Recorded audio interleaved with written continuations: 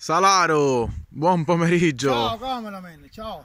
Come stai Giuseppe? Insomma, diciamo che carità. Vedo che hai un pochettino la pancia lievitata. Allora, la pancia è levitata, può dire altre cose levitate, bello mio. Sono andato a mangiare al ristorante, visto che a San Valentino non ci può dire, ci vedo l'indomani. Giusto, vedo un ristorante bello, 70 euro a persona. Eravamo due persone, 140 euro.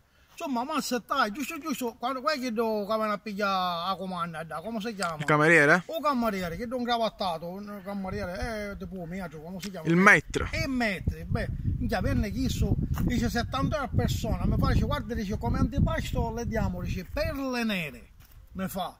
Poi dice, le diamo le stelle bianche al pepe nero. Poi mi disse, le diamo fiori in pastella, minchia, c'è sotto queste qua serate con questi piccioli. Poi mi disse, le diamo un miscuglio di violage e capperi. Minchia, poi mi disse, poi daremo, dice, pomodorino soleggiate. Minchia, io sento sto parlare a questo e disse, minchia, buono, la maccare stasera, buono. Signori miei, poi mi disse, come primo ci si guarda, ne fermiamo noi primo che tutto sto mangiare assai. Timballe, dice, di anelli al forno.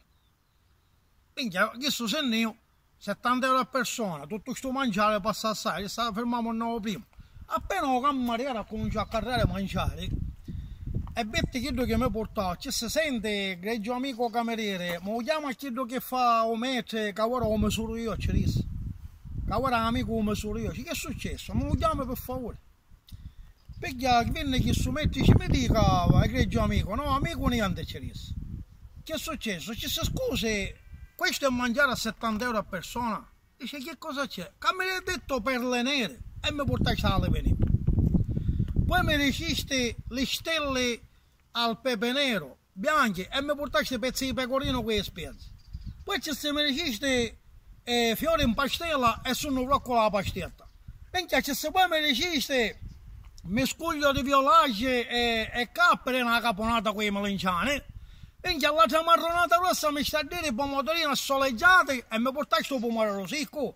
Se guarda io devo fare perché quando lei c'è il pomodoro lo fa seccare non si mette al sole. Che allora ma scusate, se quando uno chiede un dietologo per fare la dieta c'è bisogno che ci ordini le piccole io, perché non si mette al sole, e diventa secco con il sole. Ci disse che a me ci ne pagherò il dietologo. Dico, dopo sbaglio, ha ragione, caro camera, me ne sbaglio per me. Hai veramente ragione. Come se il pomodoro lo fanno seccare pure a consigli cristiani. E l'altra minchiata, timballe di anelli era nel letto al forno. Che all'interno mia ci sto, sai quanto sto mangiare l'abbiamo? Allora vai a casa, e mi mangiano la chiantata e ci disse, e mi fa pagare questa cosa a 70 euro a persona. Ma non ti sediare, ci si portate tutte cose a monini. Me ne sono andato, caro camera. Perché a casa mia questo mangiare l'abbiamo tutto, l'abbiamo.